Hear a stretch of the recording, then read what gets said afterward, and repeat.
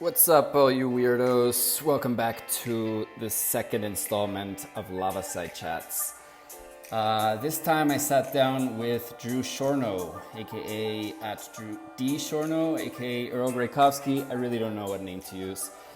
But what's in a name anyway? Something something, rose smells just as sweet. Where was I? Yeah, so we sat down, we had a really interesting chat. It's basically deep dive into his experience at clown school, which I find really interesting. And I also find interesting that I find it interesting, because if you had told me a few months ago that I would have been into clown school and be interested in actually going to a clown school once this COVID shenanigan is over, I wouldn't have believed you.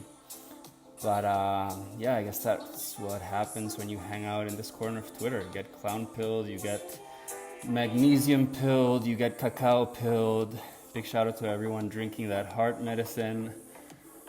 Yeah, so before I get off track again, please enjoy this Lavaside Chat with Drew Shorno.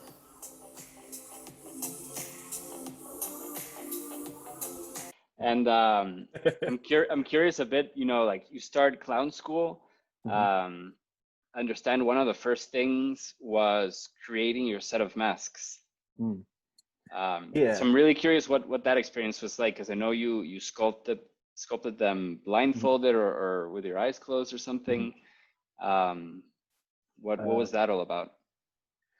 yeah. The first thing that you learn in clown school, in this particular formulation of clown school, is the lightening up process, which is, I describe it pretty in detail in that essay that I wrote, but it's basically this kind of like psychic palate cleanser that like gets rid of whatever like weird baggage that you've been carrying around with you, and that kind of like creates this like very like open and playful base. Um, and then the next thing you do is you start like learning how to like embody colors. So it's like Hmm. you're like red, and then you like imagine like your skin being painted red from head to toe, and you're like embodying the physicality of red, and like what does red mean to you, and like you're like doing these different kinds of actions. So you're doing that for different colors. You do like one or two colors a day, but it always be the same action. So for me, I was like pulling arrows out of a sheath and like shooting them. But like, how is that different when you're doing it like from like doing it red, doing it like indigo or some Hmm. other color? And Um, this is an exercise that's happening, like the whole group is embodying yeah, these colors at once, and it's just sort of like, yeah, and like everyone has a movement different. and chaos in the room. Yeah, everyone has a totally different interpretation of like what orange means. So like Uh-huh. part of the exercise is like introducing yourself to the group as like your version of the color. Yeah. Um, but that's so you're like learning to like embody these things, and then another exercise we did was it's like, okay, everyone go wash your hands, and it's like, okay, so everyone goes and washes their hands, and then everyone is blindfolded and like moved to like different parts of the room where you don't know who you're sitting in front of, and then um you take turns like feeling the other person's face, like trying to get like an impression of like their face from like doing a lot of actions. It's not going to come across in audio, but like you're kind of like getting a sense of who they are So from you're their face. like, so you're like actually touching their face and Yeah. trying to um read like the gestures. yeah, and it's like really obviously like extremely intimate, and Mm-hmm. uh but then so then once you do that, and then you do some other exercises around like um kind of oh, another one is like you're feeling their face to like see like the expression they're doing some sort of like weird like grin or crazy weird thing. And then Mm-hmm. once you figure out what it is without opening your eyes, you like act out that character that you've grabbed from their face. Uh-huh. um, so once you've done that sort of thing, then that's when you're sat down in front of a block of clay. And the idea is that you're not like coming up with some idea that you're then gonna sculpt, or like you have some whatever ideas about what you feel like the output should be. You're just Yeah. feeling the clay and like trying to discover the face that's in the clay. So all these other exercises are based around like trying to take your logical mind out of it Yeah. and just kind of your sort of sensory, physical, emotional mind or whatever. And then you sculpt the thing totally blindfolded, and then when you're done, you're like, all right, and he comes over and it's like, all right, because he's like he's like, I always want to be there for the sort of like For the reveal. your creation for the first time. So then they take the blindfold off, you open up your eyes, and then, like, the thing that's in front of you is very, very different than what you felt it was, because you just didn't have, it's like you don't have that accurate of a 3D model of it in your mind. You just are feeling it. When you open up, it's like it can look very, very, very different from what you'd originally felt. Yeah. So yeah, then you do that 6 times. We're not supposed to share like what there's like seed words that they give you for each one. We're not supposed to talk about what it is, but if you look up the pachinko method, it's like all over the internet. So if you're curious, you can spoil it for yourself. But it's like I also have definitely talked And about these are the things yeah, previously. these are the names that you're giving to the masks. Well, you're given this word, and you're supposed to, like, while you're sculpting the mask, you're supposed to like think of the word and how it makes you feel, sort of like in the same way that you're embodying the colors. It's like, what does I'll give an example that's not the one that we use. This sounds like transcendental meditation where you need to you pay $1,000 for the course to get the mantra. Uh-huh. One that we didn't use, but I think that people have used in the past, is there's like 6 different vowel sounds. So it would be like ah, and like, what does ah mean to you? And then sculpting based on that. Yeah. Anyway, I don't know why I'm being like, I've definitely like for sure said what it was previously, and for some reason I'm just feeling really reluctant right now. Because I remember, so I spoiled it for myself because I'd read it Okay. on Wikipedia, and then I went to the class and I was like, this totally top secret thing of what we're doing. I was like, no. But I think we got the gist of it, which is what matters. Yeah. So then you have now your set of masks, right? And well, yeah, paint them also.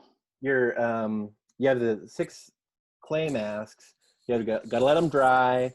You gotta paper mache them in this very particular way so that, like, they're kind of structurally sound. Mm-hmm. And then you paint them, and the process of painting them is really interesting because you go back to the color embodying exercises, and you're like, embody red, and then you go to your mask and you're feeling your mask and feeling where you feel red resonates on the mask, and then you mark it down onto this like separate piece of paper that's like a map. And then you take that map and then you paint it those colors. But then while you're painting, you also have to have the feeling and stuff or whatever. It's very like, it's supposed to just be very like, you're not making decisions at any Yeah. process. So I'm curious, in that case, so you're sitting down to paint one of the masks, and now you're gonna embody a color to paint the mask from that color. Are you choosing that color once again, just like what's arising in the moment based on what you're feeling with what the mask already has unpainted? Well, so you're creating these maps of where you want the colors to go, but you do it in the actual clown space because you have more room to move around and do all the shit. Yeah. And so it's like there's like the rainbow colors. You do it once for each of the colors in the kind of the cardinal rainbow colors, and like when you're painting, you can kind of discover the nuances of like, oh, maybe this is more like more green yellow versus like orange yellow or whatever. But like, and the You're way that embodying one color for each mask, sort of. no, so you do you're embodying in sequence like all 7 of those rainbow colors, and then finding out where the parts of the mask are for those colors. So Got my it. masks My masks when they came out are all like universally kind of like rainbow colored masks with each of the colors. Yeah. And I noticed like looking at other people's masks that I feel like maybe they had a slightly different process or different interpretation of um, the instructions where their masks were like it would be like all white with like red eyes or something, and it's like, oh well, maybe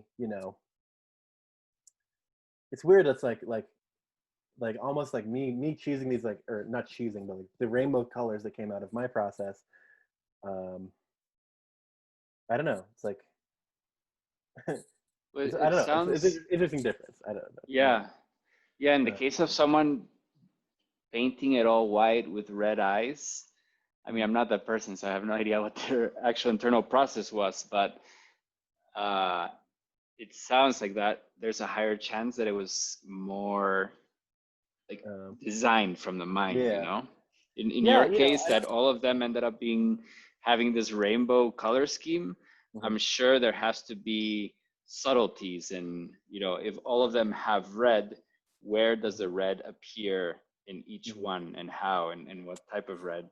Yeah, Seems like there might be, richer information in those nuances.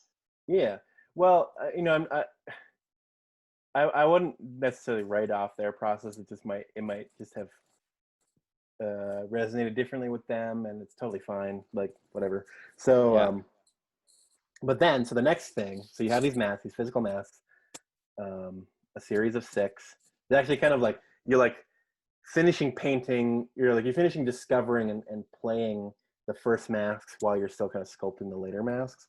But so the next step of the masks is to you have the physical mask. You're kind of like you're doing that same sort of like feeling the mask, trying to like just like do that grab a face exercise that you're doing with like people's real faces earlier, like trying to figure out like this is the expression the mask is feeling or embodying, and then trying to like embody that with your body. Hmm. Christ. But then you're doing that for like the shapes of the mask and with the colors on the mask. So it's like so there's a red streak above the eyebrow. So how does it feel to embody the feeling of having a red streak above the eyebrow or whatever, and Oh. trying to like build that into this body of experience. And then once you gather that information, you kind of like act it out and do like explorations. You're trying to like flesh out um you're trying to like discover like the masks, like what's the mask's deal, like what's its life history, and like what makes it happy and what makes it sad. And then you do this exercise called like wave goodbye. God, there's so much stuff in this. The wave goodbye exercise. The first time we did it was like it's like so imagine someone that you love, like a good friend of yours, and then imagine that. So you act out this whole thing where like you're waking up and they're getting on a ship and they're going away forever and you're never going to see them again. Mm. And so you like they're staying with you the night before. So then you go to sleep, and then you wake up, but oh, you're late, so you got to run. So you're running and running and running to the boat, and then you put them on the boat and you wave goodbye, and then you get in the car, and then you're like, no wait, and then you like run back to the place, and then they're leaving, and then you see them going off in the distance, but then you can tell they see you, and then you wave goodbye for the last time. And it's like this like whole I don't know. It's like everyone's like bawling at the end of that whole thing. Uh-huh. So like you're trying to do that same thing. As, as one of these characters of the Yeah. So mask. like you figure out their life history, and like what's an event that happened in their life that broke their heart or whatever, and then you find that event, and you kind of like open their heart and like Wow. connect with them and figure out what their thing is. Yeah. So And so then what's I'm curious because this is like very a very fleshed out character, and I uh-huh. find it fascinating how it starts with the mask. You mentioned the example of a red streak over the eye. Mhm. It's really interesting how that can then, by embodying it, it can then inform a bunch of other things. Mhm. Um, so can you share like one of the masks, one of these characters, like give us their profile basically, and Oh, sort of sure. trying to give us a sense of how fleshed out can they get, like to what extent and what details.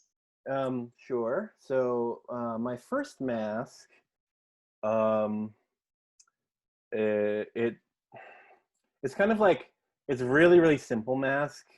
It's kind of like it's got these like white streaks coming down from its eyes, and it's like all like there's like chaotic rainbow energy all around it, and it's just this very like I don't know, like you've absorbed too much, like you've seen too much. Um, so then the kind of what I discovered was, whatever. It's all. Um, I feel like a lot of the specific information is useful to like get a sense of the character, but then you need to kind of distance yourself from it to really discover like what the character is about in action. But Mm-hmm. so the story that I originally fleshed out for it was that he was like an alchemist, and then he was like cursed to live forever. And so Mm-hmm. just like this feeling of like wandering around, like not being able to die and knowing that you're gonna live forever, and just like having like all of these like lifetimes of regret over and over again. So like his opening his heart was like having a daughter and then watching that daughter like grow old and die.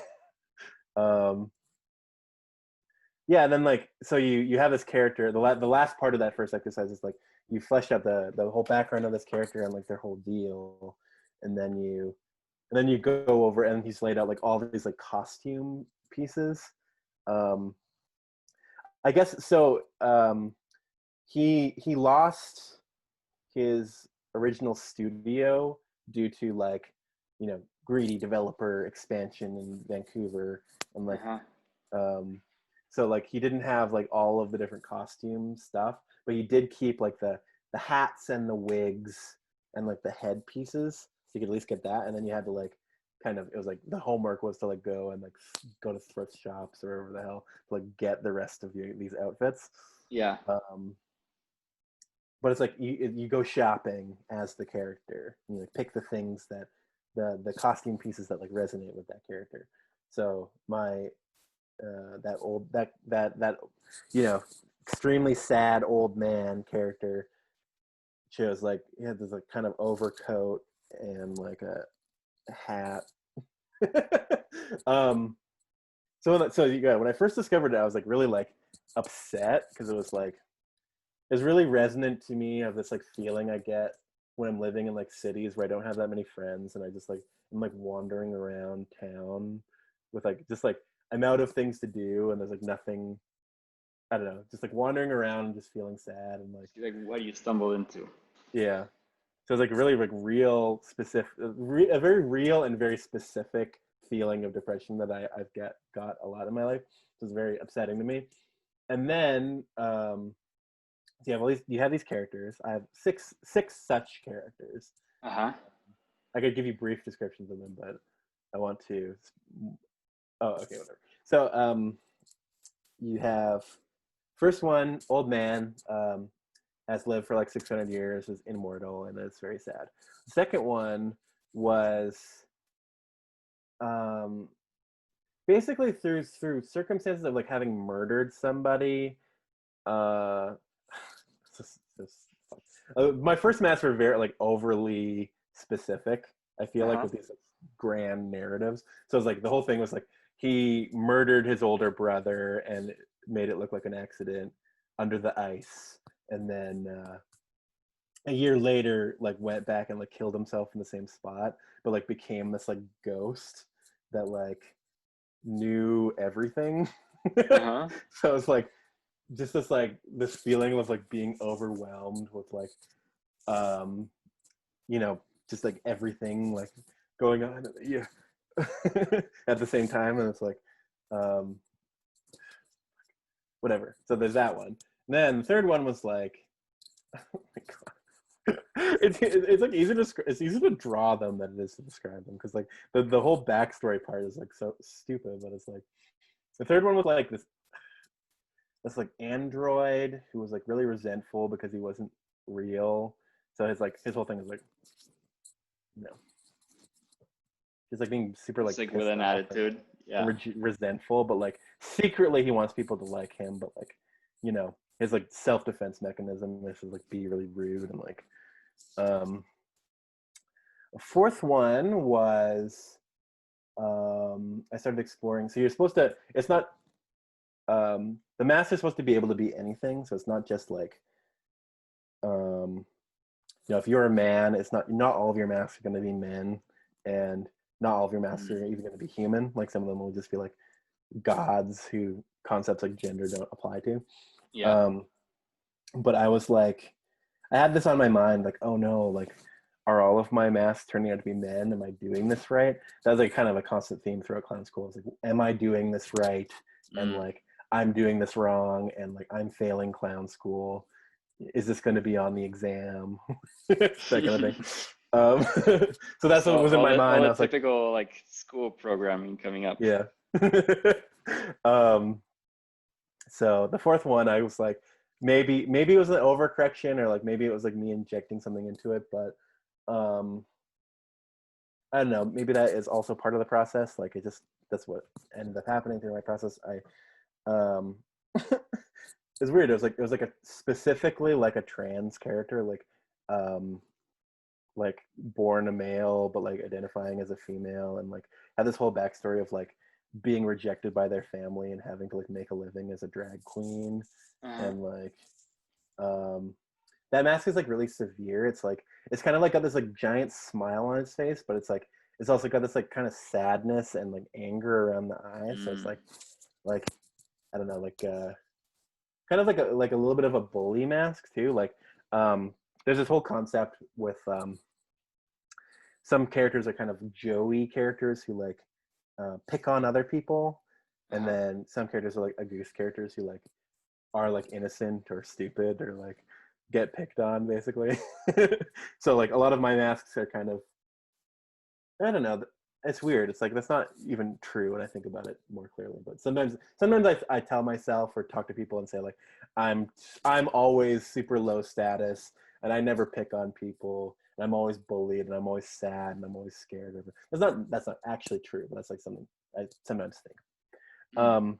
But this character specifically was like through the battle of their lifetime as a trans drag queen person, they like became this like their sort of self-defense mechanism was like kind of like, oh yeah, so it's like the mouth is like this big wide grin with like this like plane of white in it, and I had this kind of theme idea going through all my ass that like white represents like truth or like supernatural truth.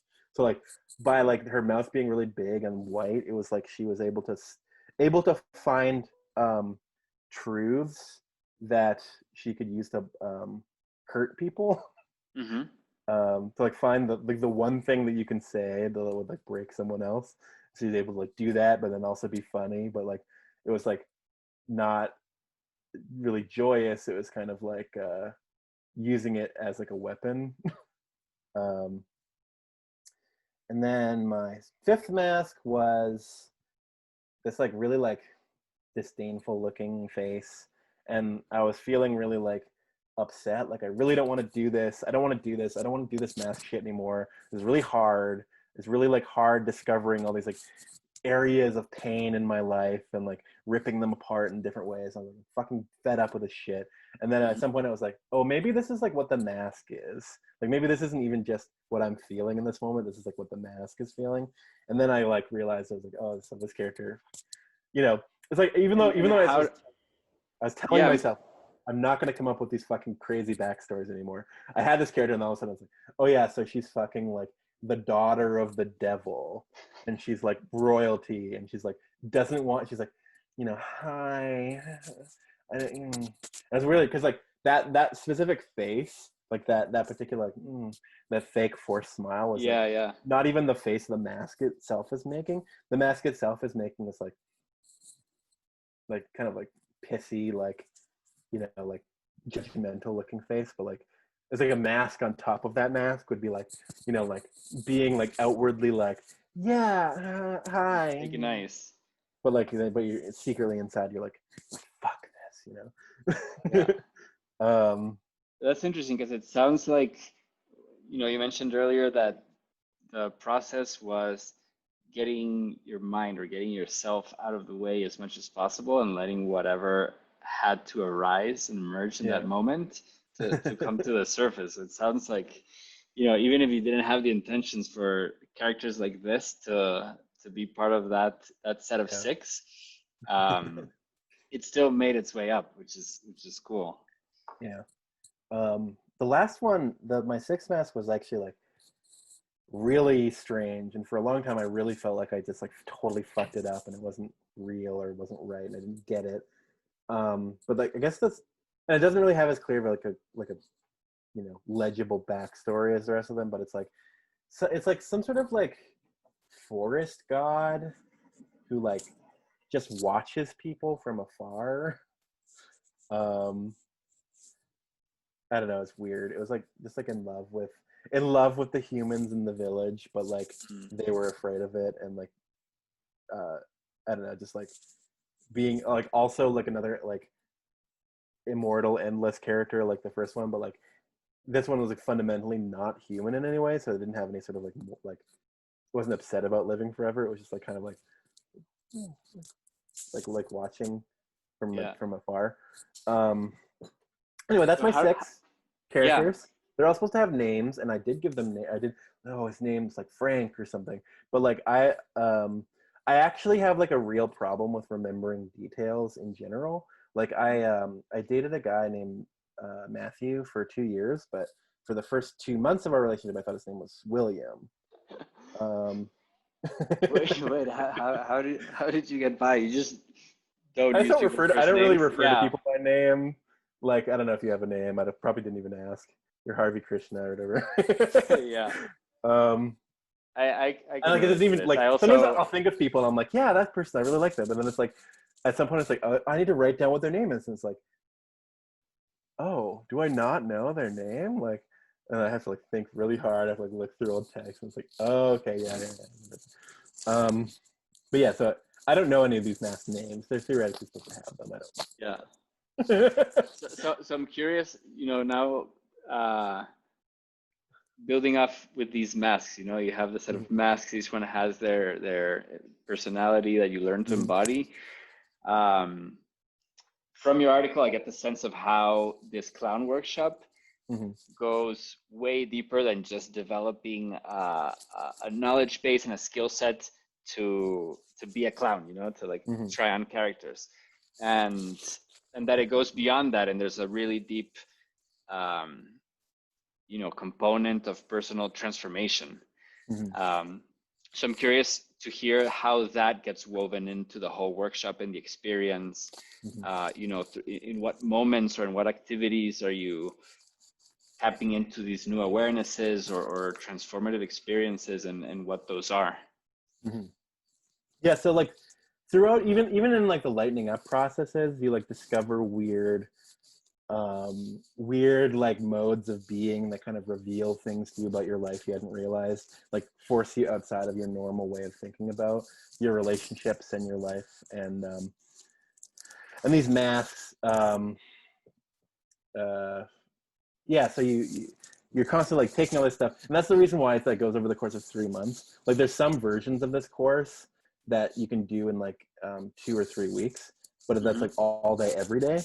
And this one is designed to like, you do the stuff and it like opens your mind up like a wound or something, and then you have to like go out into the world and like still figure out how to like com- you know be a person in the world who's like sensible and like, I don't know. So it's like I feel like that helps you like integrate it into your life more. Yeah.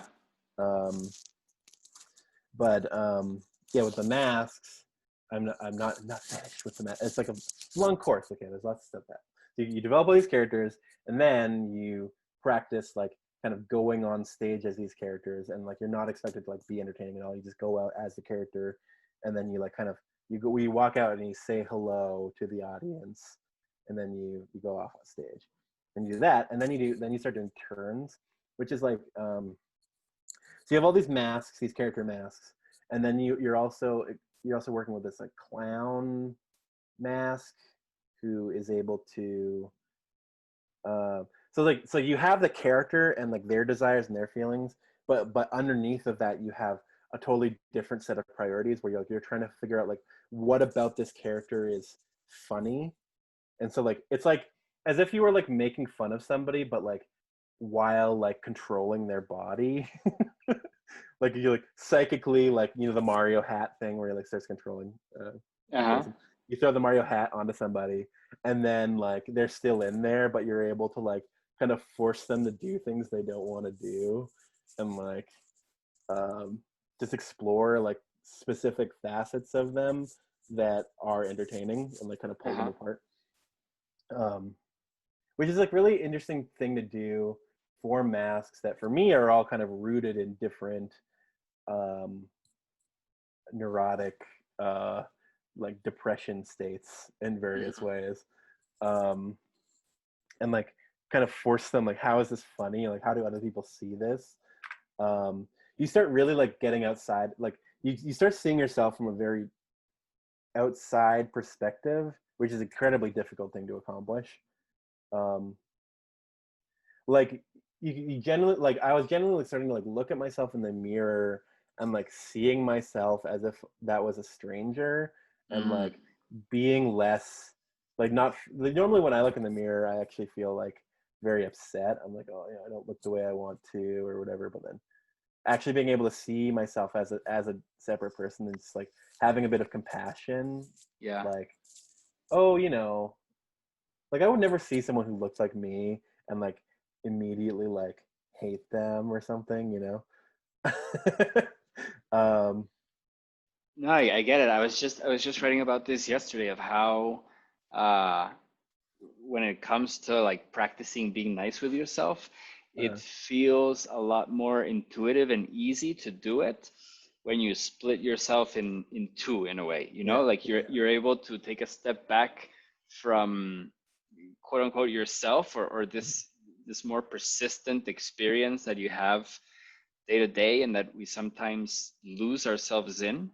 mm-hmm, uh, and then whether it's through practices like clowning or masks or however you figure it out, we find that way to take a step back and we observe ourselves mm-hmm, um, in the same way that you observe a stranger or a loved one. mm-hmm, And and I find that when you can make that separation, it's easier to like be objective about yourself, to have more self-compassion for yourself, and uh, you know, have an understanding where you're not just losing yourself in whatever patterns or tendencies that you normally have. mm-hmm. Yeah, yeah. Patterns is a big thing. Like you start noticing your patterns, and like then when you notice a pattern, you have the option um, to go against to break out of the pattern or to keep going with the pattern. And then even when you do break out of a pattern, you can sometimes are part of like even a larger pattern. Hmm. Um, Very yeah, fractalic. yeah, Yeah, uh, tell me a little bit of. I remember in the article you mentioned how um, there's exercises where you embody one of the masks, but then there's exercises where you embody one of the masks, one of the characters, and uh, then you play another one of the characters, mhm. but as that first character. Yeah. Well, so like a multiple mask. So normally it's like you have the clown mask and the character mask. That's like the base setup. That's what you're doing that with all the masks. But like you know, the fifth mask I was talking about, the one who's like pissed off, but has to pretend to be happy or whatever. That's an Uh-huh. example of like someone who's putting that character is putting on a mask of like being happy. So like Uh-huh. you have like the happiness that they're trying to portray, and like the like deep anger and resentment that's underneath that mask, and you have the clown mask that's under that thinks like the whole situation's funny and like how to Uh-huh. do that. And then also kind of above it all you have this concept of like the ringmaster mask, who's like kind of like making sure everything is safe and like the audience isn't, you know, you're not like doing anything inappropriate or like Hmm. crossing other people's boundaries and stuff. um yeah, and like the mind is capable of doing uh, a variety of things. I think someone said like I think the teacher said that like they'd done experiments with like trying to like layer mask on mask on mask, and like could get up to something like 7 before like then that's like the max, because that's Yeah. actually that's really close to like like the maximum number of things you can keep in your short term memory at once. Hmm. um, yeah. Um, Yeah, uh, right now that you mentioned that, with your character that's sort of pissy, but then puts on the fake niceness mask. uh, Um, I'm getting a sense how, this concept of a mask can serve as a metaphor for all these internal processes that, mhm, um, there's like the being pissy, that process that can be autonomous, and then the one that's being nice and all of this. Um, yeah, and we're super complex beings with all these different tendencies, patterns, processes going on internally.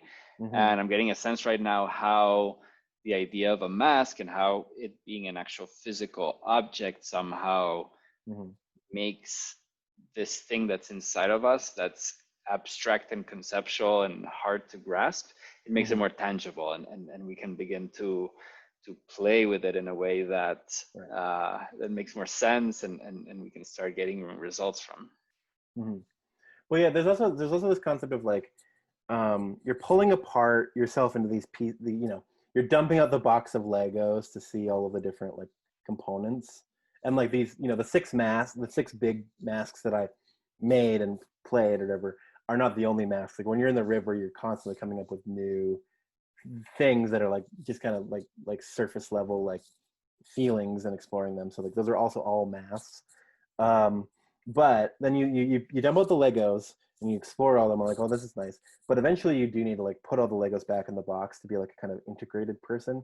Um, you know, I someone after I wrote my essay, someone introduced me to the concept of internal family systems therapy, Mm-hmm. which is really focused on kind of identifying parts of yourself and then like having these conversations with them as if they're like applying family systems style therapy to parts of your own self.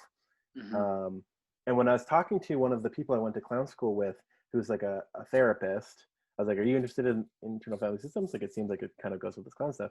He was actually very like he's familiar with it and like kind of very opposed to it because like I Really? guess um, I guess the thing is like a lot of people kind of get themselves very fractured and like they're not integrated. So like it's like how you can divide America into 50 states or like Yeah. however many counties or whatever, but like at the end of the day, it's still like one country. So like Yeah. there's the process of splitting apart, and that's important because you want to like kind of like identify elements and figure out what's going on with them. But there's also a process of putting back together and Right. like reintegrating things, and like that's actually, I mean, I think internal family system. I'm not personally against it. I think it does actually work because as long as you keep in mind that like the little girl that's in you that you're talking to isn't like real in this, it isn't always going to be there, right? Like you're just Mm-hmm. you're like you're gathering together some part of your consciousness to talk to that specific thing, and then maybe like once you reintegrate them, you don't have to keep thinking about them as like this separate thing forever. Mm. um Well, yeah, it uh sounds like this therapist that was against internal family systems. I don't know if the opposition would be to split yourself into several parts and uh-huh. then do nothing further with that. Like Yeah. you're splitting yourself into parts to have these parts begin to talk to each other and Mhm. collaborate and have more understanding. Yeah. And I guess that's the process of integrating elements which might be uh, opposed otherwise. Mhm. I think like integrating things is also a part of like you know cognitive behavioral therapy. It's like looking at things from different angles and like figuring out what's going on and then reincorporating them. Um, yeah, so like internal family system is interesting, and he was relating it back to like something in Buddhism I don't remember Hmm. exactly what it was of this concept of like oneness or whatever. I do think that like if you want to talk about like how the brain works, like Buddhist monks have been exploring this for like thousands of years and have a pretty good Right. understanding of like how to like you know do all like figure out how to reorganize the brain in all sorts of ways. Um,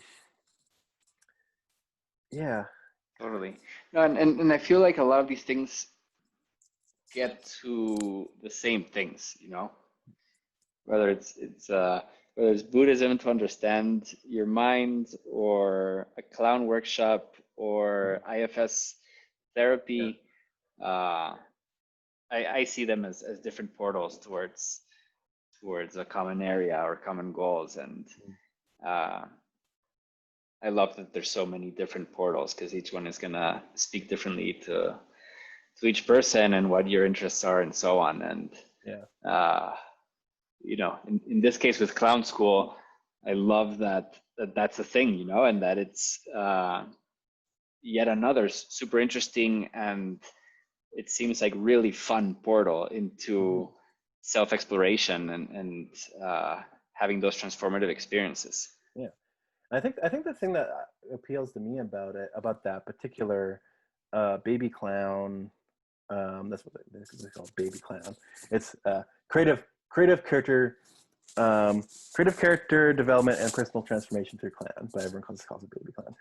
Um, it kind of involves a lot of like ritualistic elements Mm-hmm. that would have been common in like there's actually this funny history where the guy Pachinko who founded it like claimed to have like through like this sort of body work and like visions like encountered this like indigenous spirit who like taught him all this stuff. So like there's all these like claims. You'll see it on like the if you go to the Wikipedia page, it's like based on North American indigenous shamanism or whatever, or North American indigenous religious practices, which is Yeah. like it's sort of yes and no in that like most indigenous cultures do have like mask related stuff, but it's also kind of based on this sort of like visioning kind of stuff that the founder guy did, which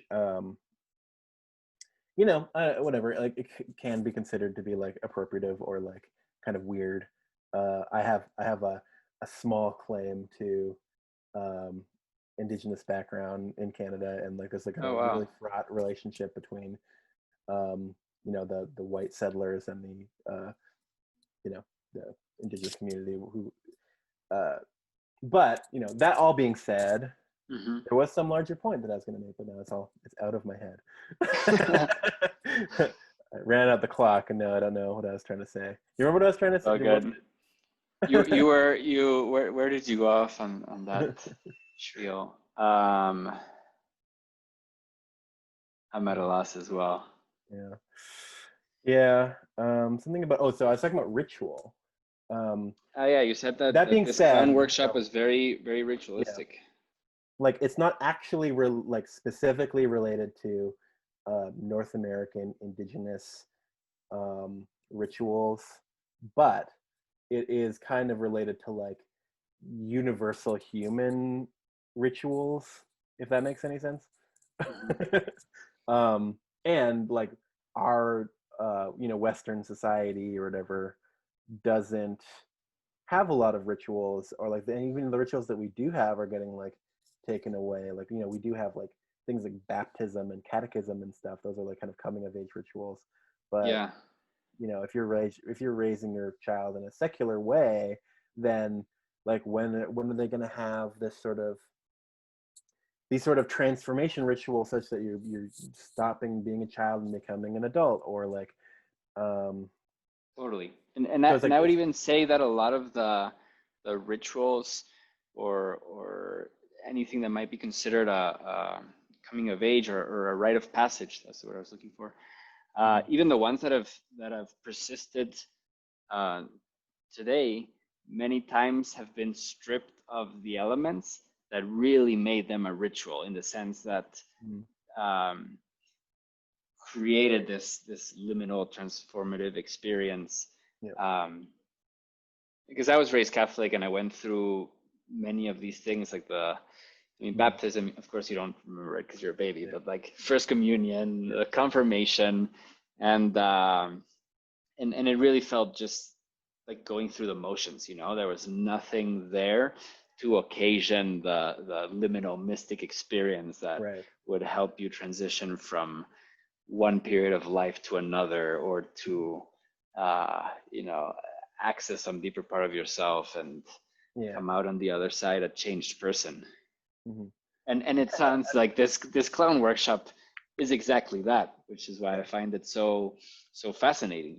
People are starved for these types of experiences that give meaning to their lives and help them transition through different life stages, or through difficult moments. And it's interesting to see things like a clown workshop pop up and sort of fill that need, and people will find it exactly because of that. Yeah.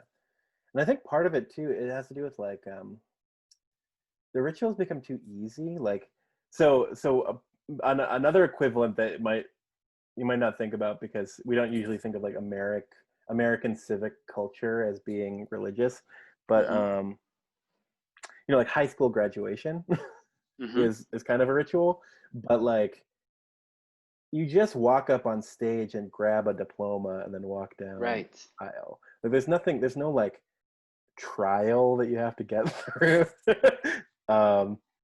So that's like, it kind of makes the experience like less meaningful. Yeah. Yeah, there has to be especially with a rite of passage, there has to be some something to be paid. It must be painful or uncomfortable or expensive.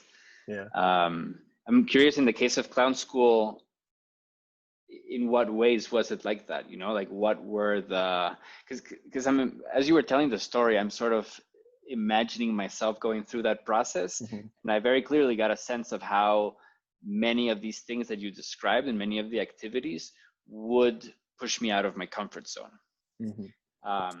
Which is fantastic. Like I would sign up for a clown workshop exactly for that, because that's what's gonna stretch you and help you push your boundaries. In your case, what parts were like that? What were the quote unquote painful components that end up making the whole experience transformative? Well, there's definitely like parts of you that you don't really want to face. Like when you're kind of confronted with certain things, it's like this makes me feel bad. This makes me feel extremely bad, to the point that like my defense mechanism that I have is to like go numb. So then then all of a sudden you're just like laying there and you're like, I'm not doing anything, or like, what's going on? Like I can't feel anything anymore.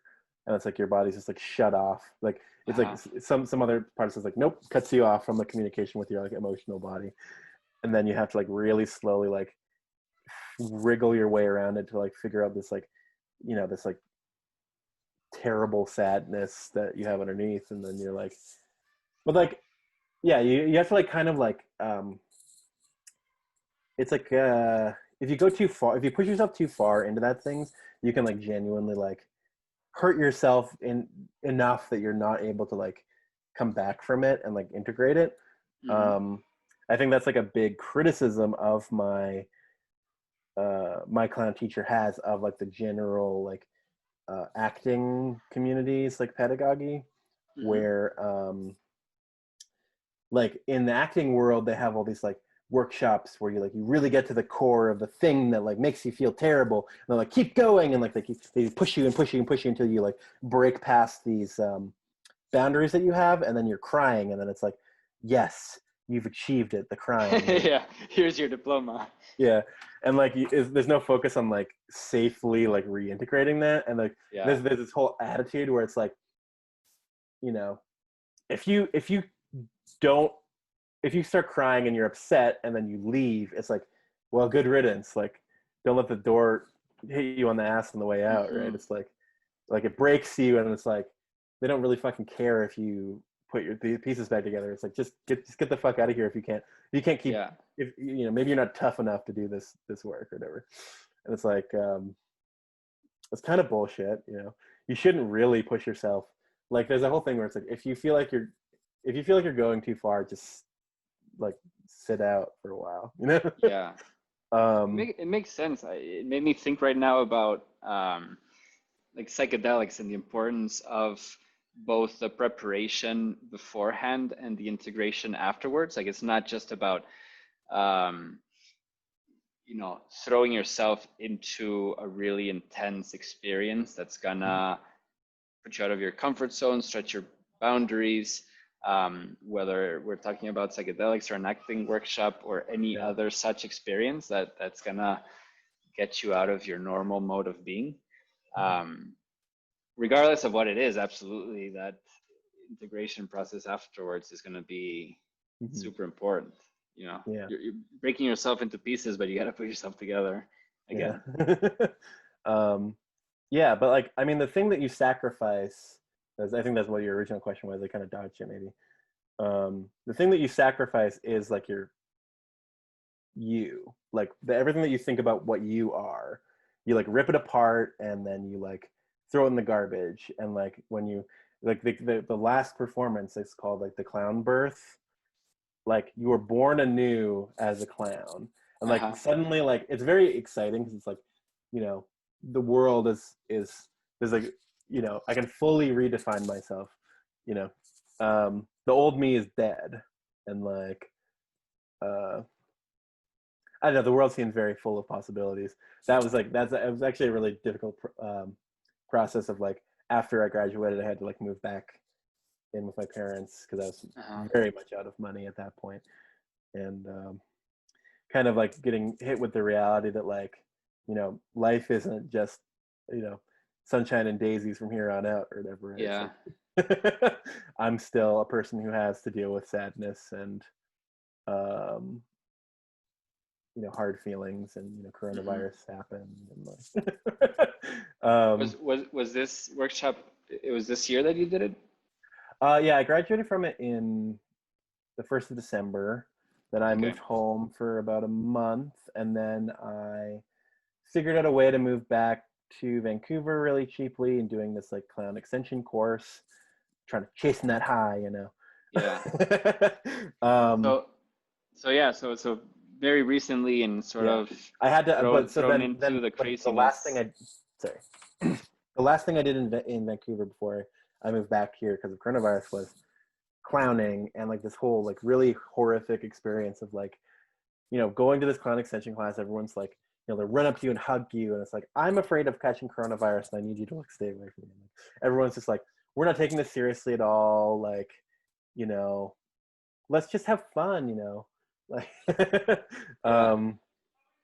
like, well, they're like coughing on each other and like, it's so fun, and then like I was just feeling this like really deep like horror, like what is it that I'm doing here, and like so then I had to come home like before the course was finished, and really just face the fact that like I can't really be anywhere else right now, which in some ways has been helpful because it's like I spent a lot of the past 4 years here, but not very much of it have I spent here not pining to be back in a city of some sort. I'm curious, what shift did you experience thanks to the course? Because it sounds like you finished it and adversity is still there, whether that's living at home or just the clusterfuck that has been 2020 with the pandemic and everything. So I'm curious, what shift did you have that has allowed you to dive back into the chaos and adversity and hopefully be surfing it a bit better? I don't know. Nothing really. I mean, it's like, was it? I wouldn't say it was all illusory. Like, I think maybe I'm a bit.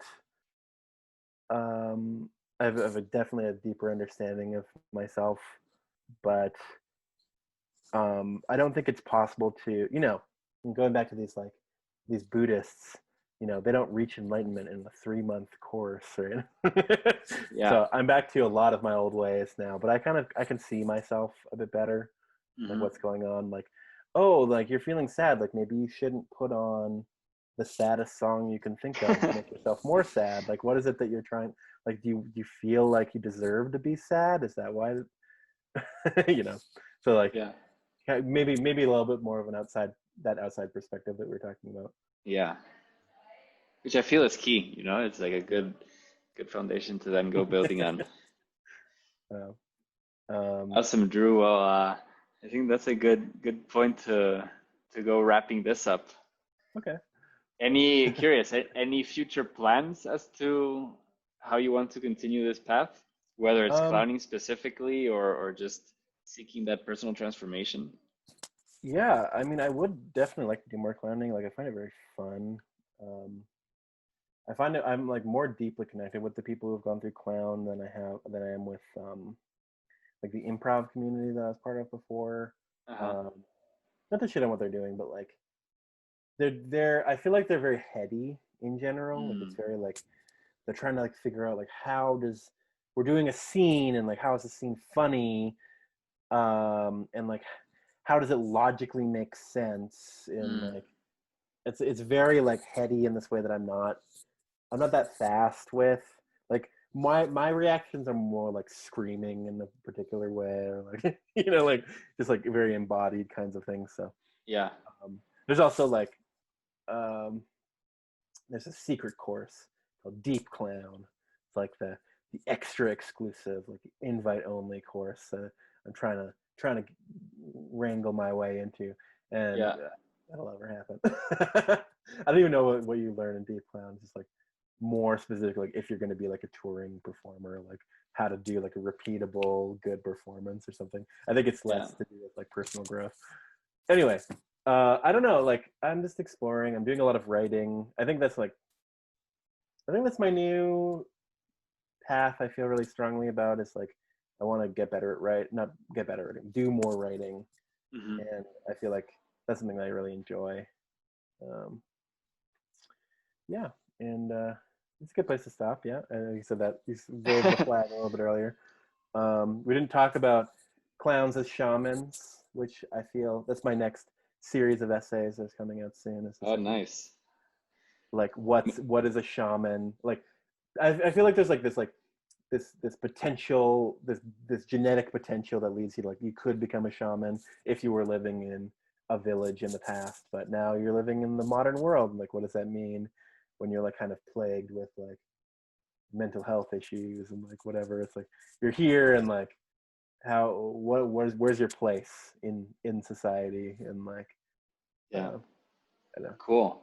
Well, I look know. forward to Yeah, reading those essays. Maybe we can have another chat on that. Um, but yeah, thanks again for your time and my pleasure. pleasure chatting with you. Take care.